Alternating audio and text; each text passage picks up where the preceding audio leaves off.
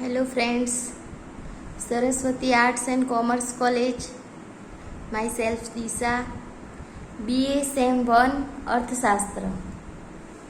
એમાં આપણે જાણીએ છીએ કે 2 ચેપ્ટર આવે છે, એમાં 2 પેપર આવે છે આપણા CC 101 એન્ડ CC 102. તો એમાં CC 101નું પહેલું ચેપ્ટર છે જે આપણે આજે ભણવાનું છે, અર્થશાસ્ત્રનું સ્વરૂપ અને તેનું કાર્યક્ષેત્ર. તો આપણે જોઈએ એના વિશે.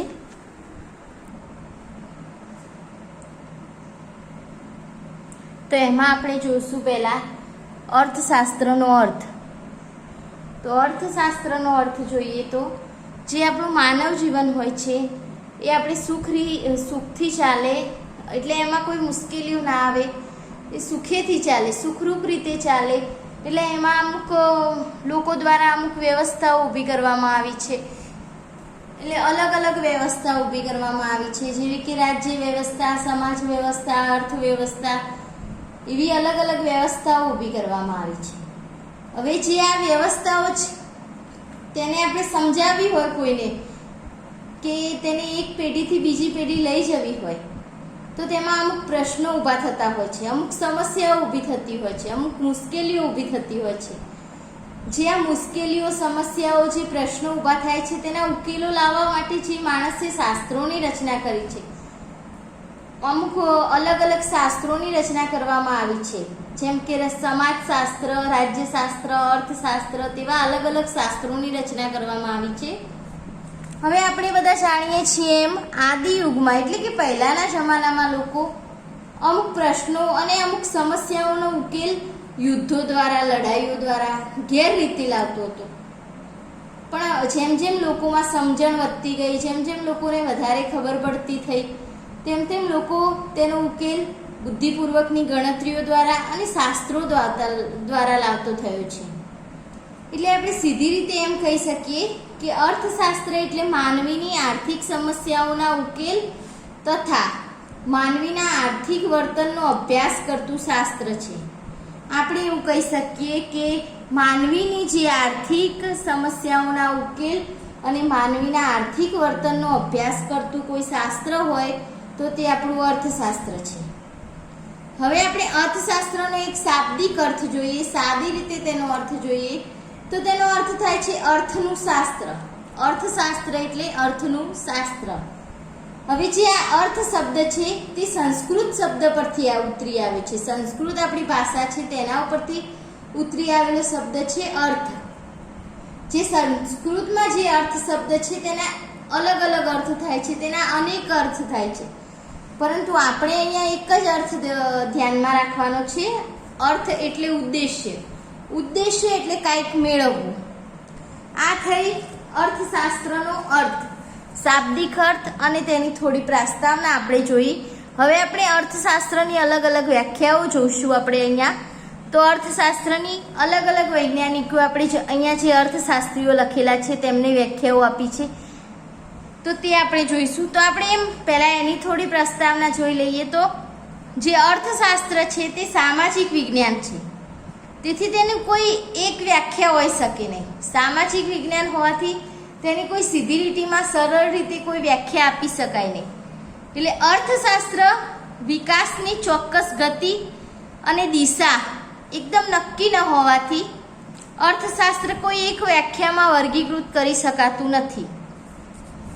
એની કોઈ ચોક્કસ દિશા ન હોવાથી, કોઈ ચોક્કસ ગતિ ન હોવાથી, કોઈ ચોક્કસ વસ્તુ ન હોવાથી એમ આપણે પરફેક્ટ રીતે ના કહી શકીએ કે આની વ્યાખ્યા આ થાય. અર્થશાસ્ત્રને કોઈ એક સીધી લીટીની વ્યાખ્યામાં વર્ગીકૃત કરી શકાય નહીં. હવે આપણે તેના પહેલા જ જે આપણા અર્થશાસ્ત્રી છે એડમ સ્મિથ, એમના વિશે થોડું જોઈએ. તો અર્થશાસ્ત્રના જો પિતામહ કહેવાતા હોય તો તે આપણા અર્થશાસ્ત્રી એડમ સ્મિથ છે. એડમ સ્મિથ અર્થશાસ્ત્રને સંપત્તિનું શાસ્ત્ર તરીકે દર્શાવે છે. જે આપણા અર્થશાસ્ત્રી એડમ સ્મિથ છે તે અર્થશાસ્ત્રને સંપત્તિનું શાસ્ત્ર તરીકે દર્શાવે છે. સૌપ્રથમ જો એડમ સ્મિથે અર્થશાસ્ત્રની સુવ્યવસ્થિત, પદ્ધતિસર અને વૈજ્ઞાનિક વ્યાખ્યા આપેલ છે. જો સૌપ્રથમ કોઈએ વ્યાખ્યા આપેલી હોય અર્થશાસ્ત્રની વ્યવસ્થિત, પદ્ધતિસર અને વૈજ્ઞાનિક રીતે આપેલી હોય તો તે આપણા અર્થશાસ્ત્રી એડમ સ્મિથ હતા. અર્થશાસ્ત્રને સૌપ્રથમ શબ્દદેહ આપનાર આપણા એડમ સ્મિથ હતા. તેથી અર્થશાસ્ત્રના પિતામહ તરીકે એડમ સ્મિથને ઓળખવામાં આવે છે.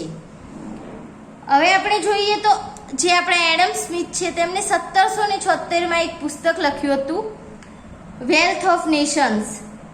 આ અર્થશાસ્ત્રી એડમ સ્મિથે એક પુસ્તક લખ્યું હતું, વેલ્થ ઓફ નેશન્સ.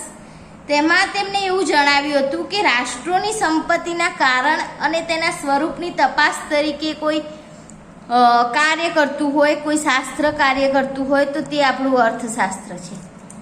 તેઓ પોતાના પુસ્તક 1776 wealth of Nations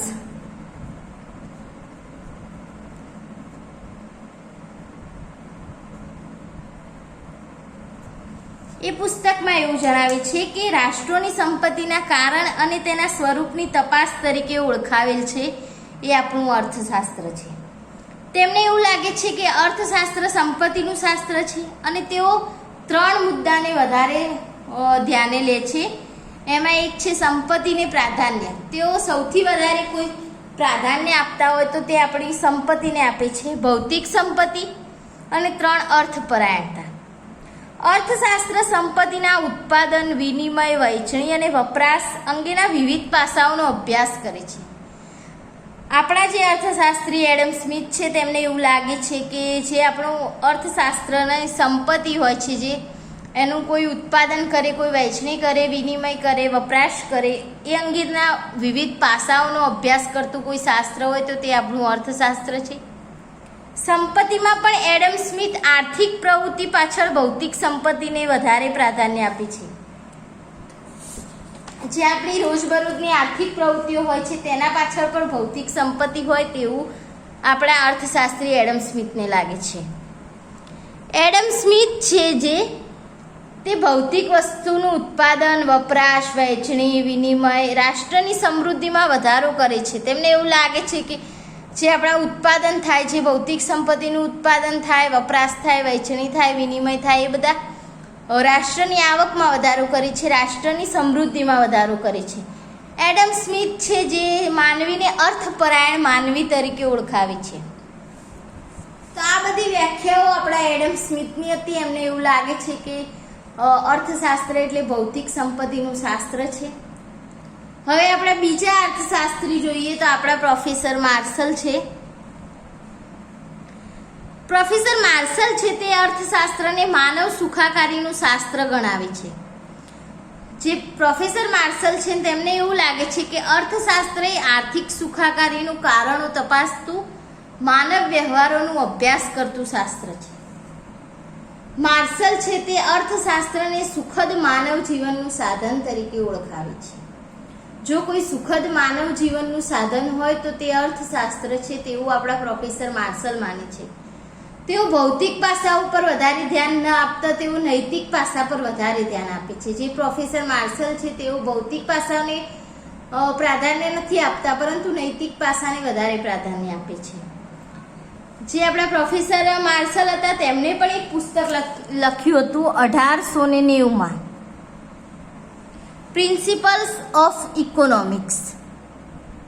principles of economics. એમણે એક પુસ્તક લખ્યું હતું અને તેઓ તેમાં અર્થશાસ્ત્રને ભૌતિક કલ્યાણ શાસ્ત્ર તરીકે ઓળખાવે છે. આ જે પુસ્તક લખ્યું હતું તેમને 1890માં તેઓ પ્રિન્સિપલ ઓફ ઇકોનોમિક્સ, એમાં અર્થશાસ્ત્રને ભૌતિક કલ્યાણ શાસ્ત્ર તરીકે આપણા પ્રોફેસર માર્શલ ઓળખાવે છે. માર્શલને અર્થશાસ્ત્રનો મુખ્ય ઉદ્દેશ સંપત્તિ સાથે નહીં પરંતુ માનવ કલ્યાણ સાથે છે. માર્શલને એવું લાગે છે કે જે અર્થશાસ્ત્ર છે તેનો મુખ્ય ઉદ્દેશ સંપત્તિ સાથે નહીં પરંતુ આપણી જે માનવ કલ્યાણ હોય છે, જે માનવ વ્યવહાર હોય છે એના સાથે હોવો જોઈએ. તેઓ પોતાની વ્યાખ્યાઓને સ્પષ્ટ કરતા 2 મુદ્દાઓ પર વધારે ધ્યાન આપે છે. એક માનવ સુખને પ્રાધાન્ય અને 2 ભૌતિક સુખાકારીનું શાસ્ત્ર. તેમને એવું લાગે છે કે માનવ સુખને વધારે પ્રાધાન્ય આપવું જોઈએ અને ભૌતિક સુખાકારીનું જે શાસ્ત્ર હોય તે અર્થશાસ્ત્ર છે. પ્રોફેસર માર્શલ એવું પણ માને છે કે માનવીના સામાન્ય વ્યવહારનો અભ્યાસ કરતું કોઈ શાસ્ત્ર હોય તો તે આપણું અર્થશાસ્ત્ર છે. જ્યારે માર્શલે એક ભૂલ એડમ સ્મિથની સુધારી હતી કે અર્થશાસ્ત્રના કેન્દ્રમાં માનવ કલ્યાણ અને માનવ સુખને સ્થાન આપ્યું હતું. જે આપણા પ્રોફેસર એડમ સ્મિથ આપણે જોઈ ગયા તે ભૌતિક સંપત્તિને વધારે પ્રાધાન્ય આપે છે. તેમણે અર્થશાસ્ત્રના કેન્દ્રમાં સંપત્તિને વધારે પ્રાધાન્ય આપ્યું હતું, પરંતુ માર્શલે તેમની એ ભૂલ સુધારીને અર્થશાસ્ત્રના કેન્દ્રમાં માનવ કલ્યાણ અને માનવ સુખને સ્થાન અપાયું છે. તો આ થયા આપણા પ્રોફેસર માર્શલ, એમની વ્યાખ્યાઓ. હવે આપણે જોઈએ આપણા પ્રોફેસર રોબિન્સ. તેમને અર્થશાસ્ત્રને ત્રિવર્ગનું શાસ્ત્ર ગણાવ્યું છે, હોશિયારીનું શાસ્ત્ર. કે કોઈ એવો સંબંધ હોય એના વચ્ચે કોઈ હોશિયારીથી કામ લેવામાં આવે એવું કોઈ શાસ્ત્ર હોય તો ત્રિવર્ગનું શાસ્ત્ર એટલે અર્થશાસ્ત્ર. એનો અર્થ આપણે જોઈએ તો પ્રોફેસર રોબિન્સ એવું માને છે કે માનવીની જે જરૂરિયાતો અમર્યાદિત જરૂરિયાતો હોય છે તેને સંતોષવા માટેના અનેક ઉપયોગો ધરાવતા મર્યાદિત સાધનો હોય છે. માનવીની જે અમર્યાદિત જરૂરિયાતોને સંતોષવા માટે અનેક ઉપયોગો ધરાવતા જે વૈકલ્પિક સાધનો હોય છે, જે મર્યાદિત સાધનો હોય છે, તેના સંદર્ભમાં માનવ વ્યવહારનો અભ્યાસ કરતું કોઈ શાસ્ત્ર હોય તો તે આપણું અર્થશાસ્ત્ર છે. ત્રિવર્ગનું શાસ્ત્ર એ રીતે કહેવાય કે જે અમર્યાદિત જરૂરિયાતો હોય અને મર્યાદિત સાધનો હોય, આ બંને વચ્ચેના જે સંબંધ, જે માનવ વ્યવહારનો જે સંબંધ હોય છે, આ માનવ વ્યવહારનો જે અભ્યાસ કરતું શાસ્ત્ર હોય છે તેને અર્થશાસ્ત્ર કહેવામાં આવે છે. તેવું આપણા પ્રોફેસર રોબિન્સન માને છે. હવે સૌ પ્રથમ જો કોઈએ વ્યાખ્યા આપી હોય અર્થશાસ્ત્રની તો તેઓ એડમ સ્મિથ હતા, પરંતુ બધાને ગ્રહણ થાય એવી સર્વગ્રાહ્ય અને સુવ્યવસ્થિત વૈજ્ઞાનિક દ્રષ્ટિબિંદુથી કોઈએ વ્યાખ્યા આપી હોય તો તેવા સૌ પ્રથમ આપણા પ્રોફેસર રોબિન્સન હતા. તેમણે 1932માં એક પુસ્તક લખ્યું પ્રોફેસર રોબિન્સને. તેનું નામ આપણે જોઈએ 1932માં an essay on the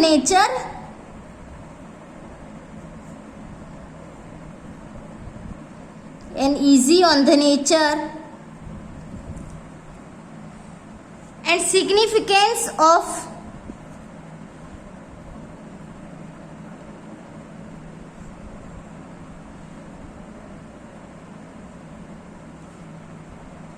economic science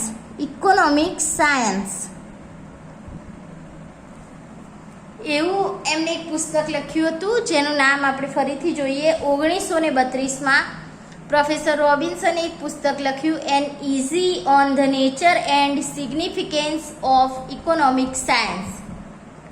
તેમને એવું લાગે છે કે અર્થશાસ્ત્ર એક એવું વિજ્ઞાન છે જે વૈકલ્પિક ઉપયોગ ધરાવતા મર્યાદિત સાધનો હોય છે અને જે જરૂરિયાતો હોય છે માનવની અમર્યાદિત, એ બંને વચ્ચેના જે સંબંધને લગતા માનવ વ્યવહારનો અભ્યાસ કરે છે તે શાસ્ત્ર આપણું અર્થશાસ્ત્ર છે, ત્રિવર્ગનું શાસ્ત્ર છે. તેઓએ પોતાની વ્યાખ્યાને 4 મુદ્દામાં વિભાજિત કરી છે. એમાં પહેલું છે અમર્યાદિત જરૂરિયાતો, બીજું મર્યાદિત સાધનો, ત્રીજું સાધનોના વૈકલ્પિક ઉપયોગો અને 4 કયા પ્રમાણે જરૂરિયાતો. એટલે જે આપણા પ્રોફેસર રોબિન્સ છે તે એવું કહેવા માંગે છે કે માનવીની જરૂરિયાતો અમર્યાદિત છે, અનંત છે, તેનો કોઈ અંત નથી. અને માનવીની જે જરૂરિયાતો હોય છે એ અલગ અલગ હોય છે. એકની એક જરૂરિયાતો વારંવાર ઉદ્ભવતી હોય છે અને તેને જે સંતોષવા માટેના સાધનો હોય છે તે મર્યાદિત હોય છે. મર્યાદિત સાધનો અનેક ઉપયોગો ધરાવતા હોય છે. સાધનો મર્યાદિત હોય છે પરંતુ વૈકલ્પિક હોય છે. એક ઉપયોગો ધરાવતા નથી હોતા, અનેક ઉપયોગો ધરાવતા હોય છે. એટલે કે જરૂરિયાત સંતોષવા માટેના સાધનો વૈકલ્પિક ઉપયોગો ધરાવતા મર્યાદિત સાધનો હોય છે. હવે માનવીની જ બધી જ જરૂરિયાતો એક સરખી હોતી નથી, અલગ અલગ જરૂરિયાતો હોય છે. કોઈને દવાની જરૂરિયાત હોય, બીમાર વ્યક્તિને દવાની વધારે જરૂરિયાત હોય, ભૂખ્યાને ભોજનની જરૂરિયાત હોય, એવી રીતે બધા માનવીઓની અલગ અલગ જરૂરિયાતો હોય છે. આથી જે રોબિન્સન છે એવું માને છે કે અર્થશાસ્ત્ર એ પસંદગીની આર્થિક સમસ્યાઓ સાથે ઉદ્ભવે છે તે સમજાવતું વાસ્તવિક વિજ્ઞાન છે. પ્રોફેસર રોબિન્સ એવું માને છે કે પસંદગીની જો કોઈ આર્થિક સમસ્યાઓ હોય એ સાથે ઉદ્ભવે છે તે સમજાવતું વાસ્તવિક વિજ્ઞાન કોઈ હોય તો તે આપણું અર્થશાસ્ત્ર છે. હવે આપણે વ્યાખ્યાઓ જોઈ. હવે આપણે અહીંયા અર્થશાસ્ત્રીઓની ટીકાઓ જોશું. જેમ આપણે માણસની અલગ અલગ ટીકાઓ થાય છે તેવી રીતે અર્થશાસ્ત્રીઓએ વ્યાખ્યાઓ આપી તેની પણ અમુક લોકોએ અલગ અલગ ટીકાઓ કરી છે. તે આપણે અહીંયા જોઈએ.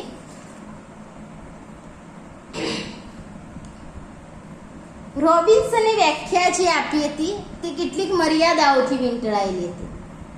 જે રોબિન્સને વ્યાખ્યા આપી તે મર્યાદાવાળી વ્યાખ્યા હતી એવું લોકો માને છે.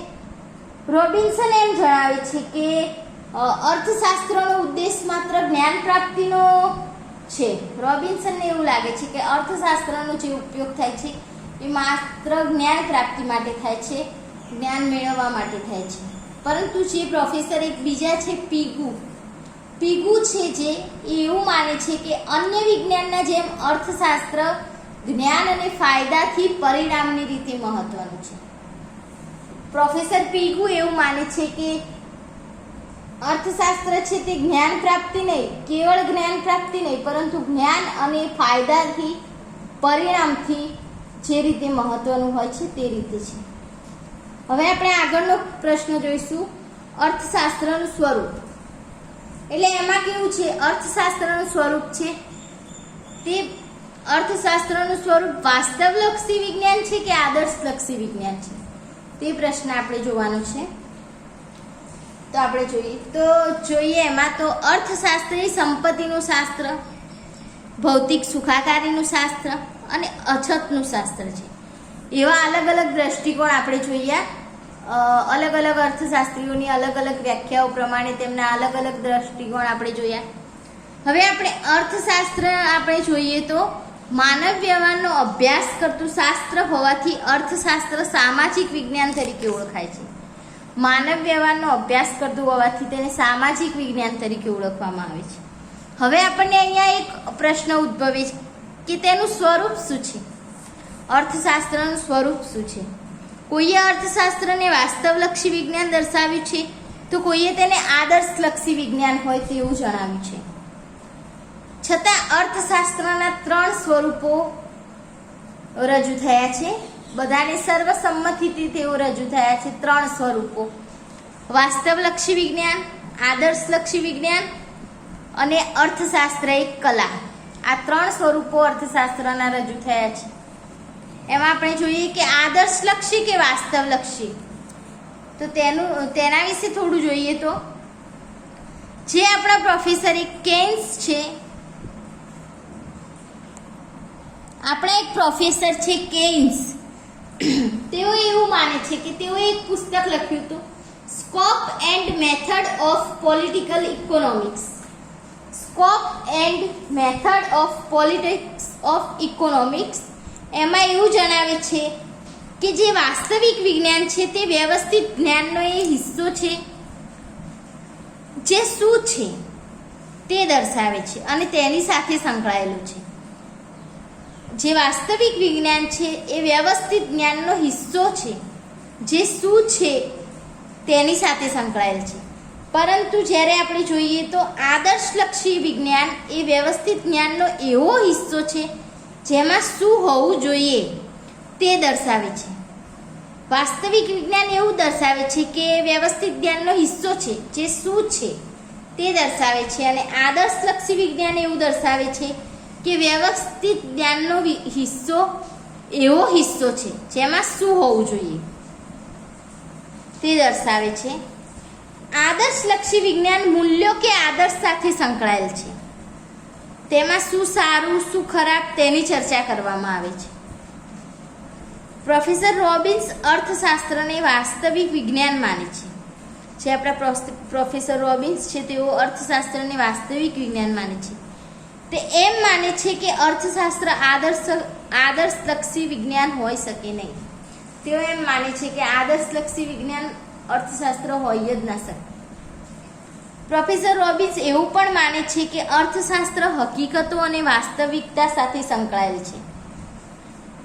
હકીકતો અને વાસ્તવિકતા સાથે કોઈ સંકળાયેલ હોય તો તે અર્થશાસ્ત્ર છે તેવું આપણા પ્રોફેસર રોબિન્સ માને છે. પણ આ વાક્યથી માર્શલ અને પ્રોફેસર પીગુ સહમત નથી.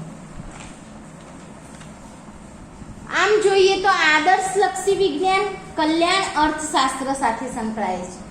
આમ આપણે જોવા જઈએ તો આદર્શલક્ષી જે વિજ્ઞાન છે તે કલ્યાણ અર્થશાસ્ત્ર સાથે સંકળાયેલ છે. વર્તમાનમાં કલ્યાણલક્ષી અર્થશાસ્ત્રની એક શાળા બની ચૂકી છે. જે કલ્યાણલક્ષી અર્થશાસ્ત્ર છે તેની એક શાળા બની ચૂકી છે, તેનો એક અલગ જ અભ્યાસ બની ચૂક્યો છે એમ. આમ અર્થશાસ્ત્ર વાસ્તવલક્ષી અને આદર્શલક્ષી વિજ્ઞાન છે. એવું માનવામાં આવે છે કે અર્થશાસ્ત્ર વાસ્તવલક્ષી અને આદર્શલક્ષી વિજ્ઞાન છે. હવે આપણે જોઈએ તો એમાં વાસ્તવલક્ષી વિજ્ઞાન, તો અર્થશાસ્ત્ર એક સામાજિક શાસ્ત્ર કે વિજ્ઞાન છે, પરંતુ સ્વરૂપની દ્રષ્ટિએ તે વાસ્તવદર્શી વિજ્ઞાન છે કે આદર્શલક્ષી વિજ્ઞાન છે તે આપણે જોઈશું. તો વાસ્તવમાં અર્થશાસ્ત્ર આર્થિક એકમો તેમજ તેમની વચ્ચેના આંતર સંબંધોનો અભ્યાસ કરે છે. હકીકતમાં આપણે જોવા જઈએ તો અર્થશાસ્ત્ર આર્થિક એકમો અને તેમની વચ્ચેના આંતર સંબંધોનો અભ્યાસ કરે છે. એ એવા આર્થિક મોડેલ રચવાનો પ્રયાસ કરે છે જે હકીકતોના આધારે આગાહી કરવામાં સહાયભૂત બની શકે. જે અર્થશાસ્ત્ર હોય છે વાસ્તવલક્ષી, તે એવા મોડેલ આર્થિક મોડેલ રચવાનો પ્રયાસ કરે છે જે હકીકતોના આધારે આગાહી કરવામાં સહાયભૂત બની શકે છે. વાસ્તવદર્શી અર્થશાસ્ત્ર મૂલ્ય નિર્ણયો પરથી રહીને હકીકતોનું નિરીક્ષણ અને પૃથ્થકરણ કરે છે. જે વાસ્તવદર્શી અર્થશાસ્ત્ર છે તે મૂલ્ય નિર્ણયોથી પર રહીને, તેના ઉપર રહીને હકીકતોનું નિરીક્ષણ અને તે પૃથ્થકરણ કરે છે. તેમજ કોઈ એક ધારણાના નૈતિક ફલિતાર્થી કયા છે તે માટે તટસ્થ છે. એક ધારણા કોઈ ધારી લીધી હોય તેના નૈતિકતાના રિઝલ્ટ શું હોય છે તેના માટે તે તટસ્થ હોય છે. હવે રોબિન્સન એવું માને છે કે જે એમનું મંતવ્ય હતું તેના પ્રમાણે અર્થશાસ્ત્ર સાધ્યોની બાબતમાં તટસ્થ રહે છે. જે સાધ્ય હોય છે તેની બાબતમાં અર્થશાસ્ત્ર તટસ્થ રહે છે તેવું આપણા રોબિન્સન માને છે. અર્થશાસ્ત્રની સારા નરસા પરિણામો સાથે સંબંધ નથી, તે માટે તે તટસ્થ રહે છે. અર્થશાસ્ત્રને ખરાબ પરિણામો કે સારા પરિણામોથી કોઈ અસર થતી નથી કે કોઈ સંબંધ નથી, તે માટે તે તટસ્થ રહે છે તેવું આપણા પ્રોફેસર રોબિન્સ માને છે. હવે આપણે અહીંયા જોઈએ આદર્શલક્ષી વિજ્ઞાન. તો અર્થશાસ્ત્રનું આદર્શલક્ષી વિજ્ઞાન માત્ર જ્ઞાન પ્રાપ્તિનો નહીં પરંતુ લાભ પ્રાપ્તિનો હેતુ ધરાવે છે.